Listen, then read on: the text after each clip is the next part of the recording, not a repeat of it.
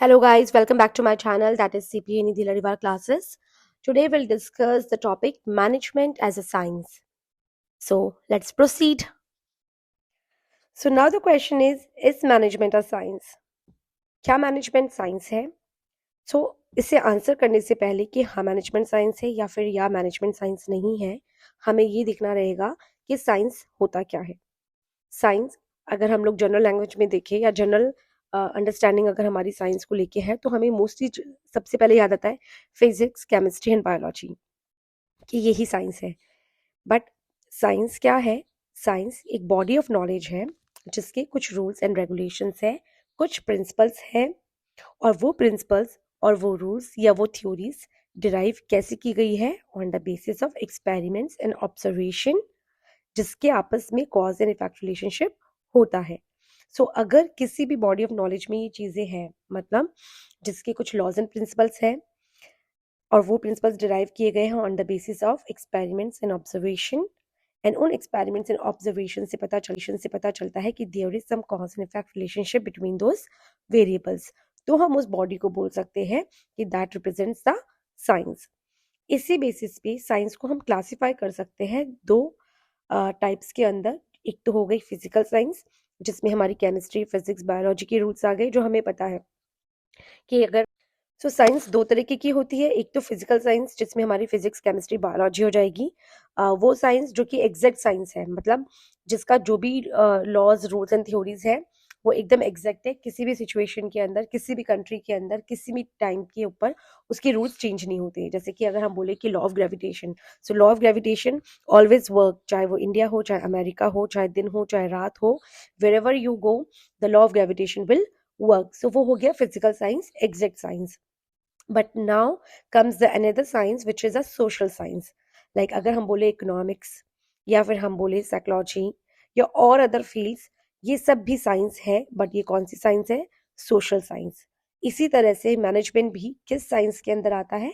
Social science के अंदर. Because management जो है वो एक एग्जैक्ट साइंस नहीं है, but management is a variable science. कि मतलब मैनेजमेंट के भी रूल्स एंड रेगुलेशंस है, प्रिंसिपल्स हैं जो कि डिराइव किए गए हैं on the basis of experiments पे ही. इनमें भी कॉज एंड इफेक्ट रिलेशनशिप होता है, but still to some extent these principles are variable in nature because management deals with human nature, जो कि अपने आप में क्या है? एक वेरिएबल फैक्टर है. कोई भी दो इंसान का सोचने का तरीका सेम नहीं है, काम करने का तरीका सेम नहीं है. दो चाहे आप एक ही रेसिपी आप दो लेडीज को बता दीजिए, बट दोनों की रेसिपीज के अंदर, दोनों की टेस्ट के अंदर फर्क होगा because of the human nature, human way of working. So इसलिए मैनेजमेंट को बोला गया है it's a social science, not an exact science और a physical science. So let's proceed now further that what are the points which makes management a social science. So now let's see what are the similarities in the management and science which makes management a science. So the first point is universally accepted principles. किसी भी board of knowledge को science कहने के लिए ज़रूरी होता है कि उसके कुछ ले डाउन प्रिंसिपल्स हो, कुछ लॉस हो, और वो प्रिंसिपल्स यूनिवर्सली एक्सेप्ट किए जाए. मतलब ऐसा नहीं है कि कोई प्रिंसिपल या लॉ हमने बना दिया है बट वो यूनिवर्सली एक्सेप्टेड नहीं है, तो फिर हम उस नॉलेज को हम साइंस नहीं बोल सकते. अगर साइंस में बात करें तो there is a law of gravity. So law of gravity, जैसे मैंने पहले भी बोला, applies to all the situations in all the countries. Science tells the basic truth, जो कि हर जगह वही रहेगा, वो चेंज नहीं हो सकता. ऐसे ही मैनेजमेंट के भी कुछ प्रिंसिपल्स हैं जो हम आगे आने वाले चैप्टर्स में पढ़ेंगे, and those principles generally applies to all the situations in all the organizations, whether profitable business or non-business. Like example is unity of command, that is one man one boss. कि अगर एक employ का एक ही boss होना चाहिए, अगर एक से ज़्यादा बॉसेस होंगे सो उस एम्प्लॉय की जो एफिशिएंसी है वो डिस्ट्रैक्ट होगी, बिकॉज ही डोंट नो कि उसकी रिस्पॉन्सिबिलिटी किसके तरफ है और क्या रिस्पॉन्सिबिलिटी है और किसके तरफ पहले है. सो to be so to qualify as a science, it is necessary that the body of knowledge lay down some principles, and those principles are universally accepted. Now the another point of similarity between science and management is experimentation and observation. Management के every law and principles जो है वो based होते हैं experimentation के ऊपर and observations के ऊपर।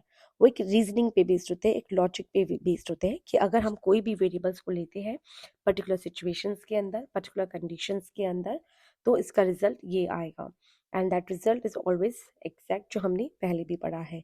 बिकॉज ये हमने बहुत एक्सपेरिमेंट्स करके, बहुत ऑब्जर्व करके, डिफरेंट डिफरेंट सिचुएशंस के अंदर, डिफरेंट डिफरेंट वेरिएबल्स के साथ में, सर्टेन कंडीशंस के अंदर हमने एक्सपेरिमेंट किया है और उस बेसिस पे हम ये एक रिजल्ट पे पहुंचे, कंक्लूजन पे पहुंचे हैं कि अब ये एक लॉ है। चाहे वो कोई भी लॉ हो, लॉ ऑफ ग्रेविटी हो, चाहे लॉ ऑफ रिएक्शन हो कि every action has an equal and opposite reaction, कोई भी लॉज हो, साइंस के एवरी लॉज जो हमने क्रिएट किए हैं वो बेस्ड है ऑब्जर्वेशन एंड एक्सपेरिमेंटेशन के ऊपर। उसी तरह के से मैनेजमेंट के जो प्रिंसिपल्स हैं वो भी बेस्ड है on the basis of law, experimentation and observation. जैसे कि मैनेजमेंट का एक प्रिंसिपल है लॉ ऑफ फेयर रेम्यूनरेशन। सो ये लॉ किस बेसिस पे डिसाइड किया गया है? On basis of observation and experimentation के मैनेजर्स ने बहुत बार ये ऑब्जर्व किया, एक्सपेरिमेंट किया डिफरेंट डिफरेंट एम्प्लॉयज़ के साथ कि अगर हम रेम्यूनरेशन ज़्यादा करते हैं तो वर्कर्स का क्या बिहेवियर होता है, रेम्यूनरेशन कम करते हैं तो वर्कर्स का क्या बिहेवियर होता है, बोनसेस अगर हम देते हैं तो वर्कर्स का क्या बिहेवियर होता है। सो ऑल दिस बेसिस पे, ऑल सारे ऑब्जर्वेशन एंड एक्सपेरिमेंट्स के बेसिस पे ये लॉज क्रिएट किए गए हैं। So both management and science work on experimentation and observation. So now another similarity between management and science is cause and effect relationship. Management के सारे ही laws and जितने भी लॉज एंड प्रिंसिपल्स हैं वो based होते हैं on cause and effect relationship के ऊपर। जैसे कि देयर इज अ लॉ और there is a general theory that whenever you boil the water, it will evaporate, it will start evaporating. So the cause is heating and the effect is evaporation. So there is always a cause and effect relationship. Similarly in management also there is a cause and effect relationship. So, like as I already told that principle of fair remuneration. So generally, it is believed that if you will increase the bonus or if you will give the pay rise to workers, the efficiency will increase. So there's always a cause and effect. The cause is pay rise and the effect is their working efficiency. So generally in management also, just like science, there is a cause and effect. Now another similarity between science and management is that they pass the test of validity and predictability.